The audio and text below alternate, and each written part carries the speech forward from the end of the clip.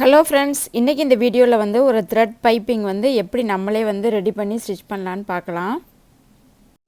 இந்த பைப்பிங் வந்து தைக்கிறதுக்கு வந்து நம்ம கிராஸ் பீஸ் வந்து ரெடி பண்ணி எடுத்துக்கலாம்.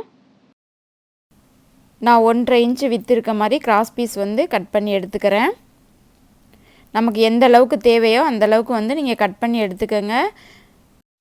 இந்த மாதிரி பைப்பிங்லாம் வந்து நீங்கள் ஸ்டிச் பண்ணிங்க அப்படின்னா வந்து கிராஸ் பீஸில் வந்து நீங்கள் ஸ்டிச் பண்ணும்போது வந்து அந்த பைப்பிங் வந்து ரொம்ப நீட்டாகவும் இருக்கும், அழகாக இருக்கும் பார்க்குறதுக்கு. நான் ஸ்லீவுக்கும் வந்து இதே கலர் கொடுக்க போகிறேன், அதனால் வந்து நான் அதுக்கும் வந்து மார்க் பண்ணி எடுத்துக்கிறேன். இப்போ இந்த மார்க் பண்ணது நமக்கு தேவையான அளவு வந்து மார்க் பண்ணிவிட்டு இந்த பீஸ்லாம் வந்து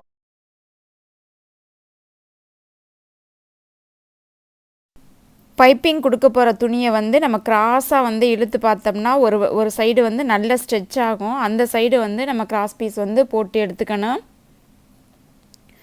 இன்னொரு சைடு வந்து ஸ்ட்ரெச்சே ஆகாது, அதாவது இழுக்கிறதுக்கு வரவே வராது. அந்த பக்கம் வந்து நீங்கள் கிராஸ் வந்து போட முடியாது.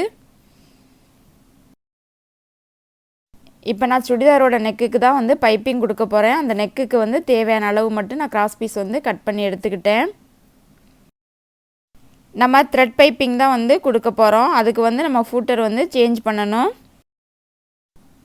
நான் 2 ஃபூட்டர் வந்து வச்சுருக்கேன். ஒரு ஃபூட்டர் வந்து ரைட்டும் லெஃப்ட்டும் வந்து சேம் ஃபூட்டரில் வந்து ஸ்டிச் பண்ணிக்கலாம். இன்னொரு ஃபூட்டர் வந்து ரைட்டு தனியாக லெஃப்ட்டு தனியாக இருக்கும். நமக்கு வந்து எந்த சைடு வந்து தைக்கிறதுக்கு வந்து கன்வீனியண்ட்டாக இருக்கோ அந்த சைடு வந்து நம்ம மாற்றி வச்சுக்கணும். இப்போ நான் பைப்பிங் த்ரெட் வந்து எடுத்திருக்கேன். உங்களுக்கு வந்து எந்த அளவுக்கு வந்து திக்னஸ் வேணுமோ நீங்கள் அந்த அளவுக்கு வந்து எடுத்துக்கோங்க. பைப்பிங் த்ரெட்டோட ஒரு எண்டில் வந்து நான் நாட்டு போட்டிருக்கேன், அதாவது ஒரு முடிச்சு மாதிரி போட்டிருக்கேன். பிகினர்ஸாக இருக்கவங்க இந்த மாதிரி போட்டுக்கிட்டிங்கன்னா உங்களுக்கு ஈஸியாக இருக்கும், அந்த த்ரெட்டு வந்து வெளியில் வராமல் இருக்கும். இப்போ அந்த த்ரெட்டை வந்து உள்ளே வச்சுட்டு அந்த பீஸை வந்து ஈவனாக ஃபோல்டு பண்ணிவிட்டு அந்த பைப்பிங் த்ரெட்டை ஒட்டியே வந்து நம்ம தையல் போட்டுட்டு வரணும். த்ரெட்டை வந்து உள்ளே வச்சுட்டு அந்த பீஸ் 2 பீஸையும் வந்து மூடி அதுக்கு பைப்பிங் த்ரெட்டை ஒட்டியே வந்து நம்ம தையல் போட்டு எடுக்கணும். இந்த தையல் வந்து கரெக்டாக பைப்பிங்கை ஒட்டி வர்ற மாதிரி போட்டுக்கோங்க. அந்த த்ரெட்டை ஒட்டி வரணும். கொஞ்சம் தள்ளி போனாலும் பார்க்குறதுக்கு வந்து நீட்டாக இருக்காது. 2 பீஸையும் வந்து ஈவனாக மடிச்சிட்டு கொஞ்சம் கொஞ்சமாக வந்து தையல் போடுங்க. பிகினர்ஸாக இருக்கவங்க வந்து கொஞ்சம் ஸ்லோவாக வந்து நீங்கள் போட்டிங்கன்னா உங்களுக்கும் வந்து கரெக்டாக ஈவனாக வரும். இதில் மெயினாக வந்து நம்ம கவனிக்க வேண்டியது என்னென்னா அந்த த்ரெட்டும் தையலும் வந்து கரெக்டாக வருதான்னு நம்ம வந்து நோட் பண்ணணும். த்ரெட்டை ஒட்டியே வர்ற மாதிரி வந்து நீங்கள் போட்டு எடுத்துக்கோங்க.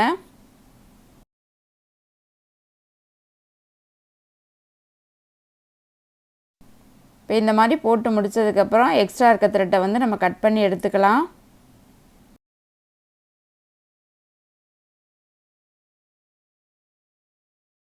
எக்ஸ்ட்ரா இருக்க த்ரெட்டை வந்து நான் கட் பண்ணி விட்டுட்டேன். இப்போ வந்து நமக்கு தேவையான அளவு, அதாவது 1/4 இன்ச்சுக்கு ஒரு பாயிண்ட்டு கூட மட்டும் வச்சுட்டு எக்ஸ்ட்ரா இருக்க கிளாத்தை வந்து நம்ம அப்படியே வந்து கட் பண்ணி எடுத்துடலாம். நம்ம நெக்குக்கு வந்து எந்த அளவுக்கு வந்து நெக்கு ஸ்டிச் பண்ண வந்து தையலுக்கு விட்டுருந்தோமோ அந்த அளவுக்கு மட்டும் கரெக்டாக வச்சுட்டு எக்ஸ்ட்ரா இருக்கிறதெல்லாம் நீங்கள் கட் பண்ணி எடுத்துருங்க. நீங்கள் 1/2 இன்ச்சில் வந்து நெக்கு ஸ்டிச் பண்ண தையலுக்கு விட்டுருந்தீங்க அப்படின்னா வந்து இதில் வந்து 1/2 இன்ச்சு வரைக்கும் வச்சுட்டு அதுக்கப்புறம் எக்ஸ்ட்ரா இருக்கிறத வந்து நீங்கள் கட் பண்ணி எடுத்துருங்க. நான் நெக்கு வந்து ஸ்டிச் பண்ணுறதுக்காக வந்து 1/4 இன்ச்சு தான் விட்டுருந்தேன். அதையே 1/4 இன்ச்சு மட்டும் வச்சுட்டு நான் எக்ஸ்ட்ரா இருக்க பீஸ்லாம் கட் பண்ணி எடுத்துட்டேன். இப்போ இந்த மாதிரி கட் பண்ணி எடுத்த அந்த த்ரெட் பைப்பிங்கை வந்து நம்ம வந்து லைனிங்கில் வச்சு ஃபஸ்ட்டு ஸ்டிச் பண்ணி எடுத்துக்கலாம். கரெக்டாக அந்த பைப்பிங் த்ரெட்டு கொடுத்து ஸ்டிச் பண்ணோம்ல கிராஸ் பீஸ், அதோட எட்ஜும் அந்த லைனிங்கோட எட்ஜும் வந்து ரா எட்ஜஸ் ஒன்றா இருக்க மாதிரி வச்சுட்டு நீங்கள் கொஞ்சம் கொஞ்சமாக வந்து அந்த நெக்கை சுற்றி தையல் போட்டு எடுத்துக்கோங்க. அந்த த்ரெட்டு வந்து இந்த சைடு இருக்கணும். அந்த ரா எட்ஜஸ் வந்து நெக்கை ஒட்டி இருக்க மாதிரி வச்சுட்டு நீங்கள் தையல் போடுங்க. இந்த மெத்தடில் வந்து நீங்கள் ஸ்டிச் பண்ணும்போது வந்து நமக்கு ரா எட்ஜஸ் வந்து தெரியாது. 2 சைடுமே வந்து ரொம்ப நீட் ஃபினிஷிங்காக இருக்கும். அந்த டேர்னிங்லாம் வரும்போது வந்து நீடியில் நிப்பாட்டி கொஞ்சம் கொஞ்சமாக வந்து ஸ்டிச் பண்ணி எடுங்க. அப்போ தான் வந்து அந்த ரவுண்டு வந்து நமக்கு கரெக்டாக வரும். பிகினர்ஸாக இருக்கவங்க எப்போதுமே டேர்னிங்கில் வந்து ரொம்ப வேகமாக தைக்காமல் கொஞ்சம் மெதுவாக வந்து அந்த கிளாத்தை வந்து கொஞ்சம் தள்ளி விட்டுட்டு மெதுவாக தைங்க.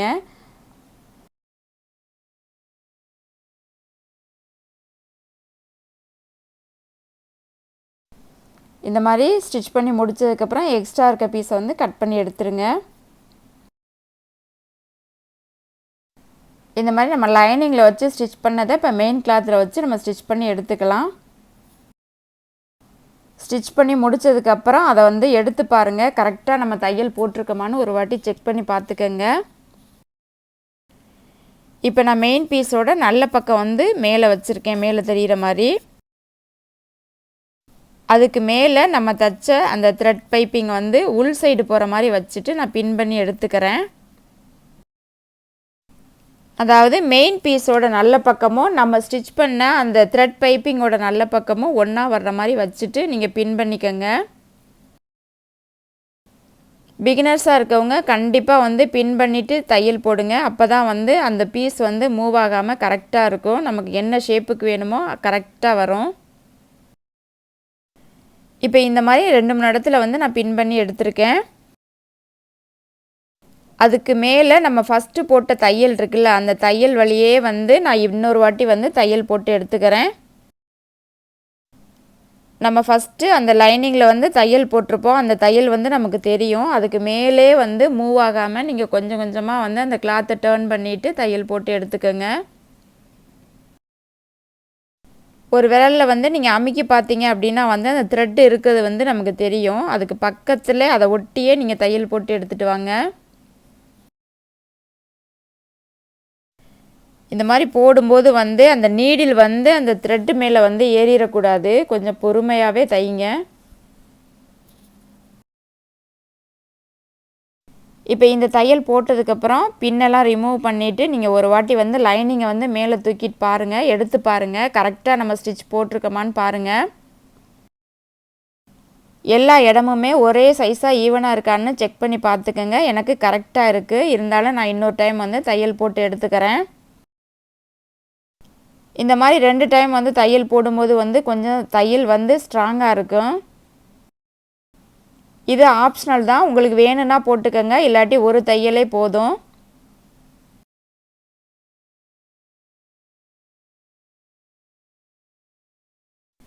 இப்போ இந்த தையலும் போட்டு முடித்ததுக்கப்புறம் 1/4 இன்ச்சு மட்டும் கிளாத் இருக்க மாதிரி விட்டுட்டு எக்ஸ்ட்ரா இருக்கிறதெல்லாம் வந்து நீங்கள் கட் பண்ணி எடுத்துருங்க. கரெக்டாக 1/4 இன்ச்சு வச்சுட்டு எக்ஸ்ட்ரா இருக்க அந்த மெயின் கிளாத்தில் உள்ள பீஸ் வந்து நீங்கள் கட் பண்ணி எடுத்துடலாம்.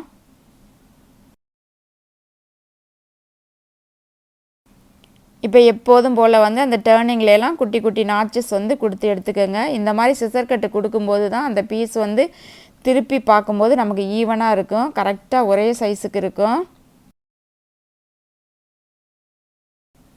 ஸோ மறக்காமல் வந்து நீங்கள் கட்டரை யூஸ் பண்ணியே வந்து சிசர் கட்டு கொடுங்க. சிசரில் கொடுத்தீங்கன்னா பிகினர்ஸாக இருக்கவங்களுக்கு சம்டைம்ஸ் வந்து மெயின் கிளாத்தில் வந்து நம்ம கட் பண்ணிடுவோம். இப்போ லைனிங்கை வந்து திருப்பி விட்டுட்டு அந்த எட்ஜில் வந்து நம்ம தையல் போட்டு எடுத்துக்கலாம். இந்த தையல் வந்து லைனிங் மேலே தான் படணும், மெயின் கிளாத் மேலே படாமல் வந்து கரெக்டாக போட்டுக்கோங்க.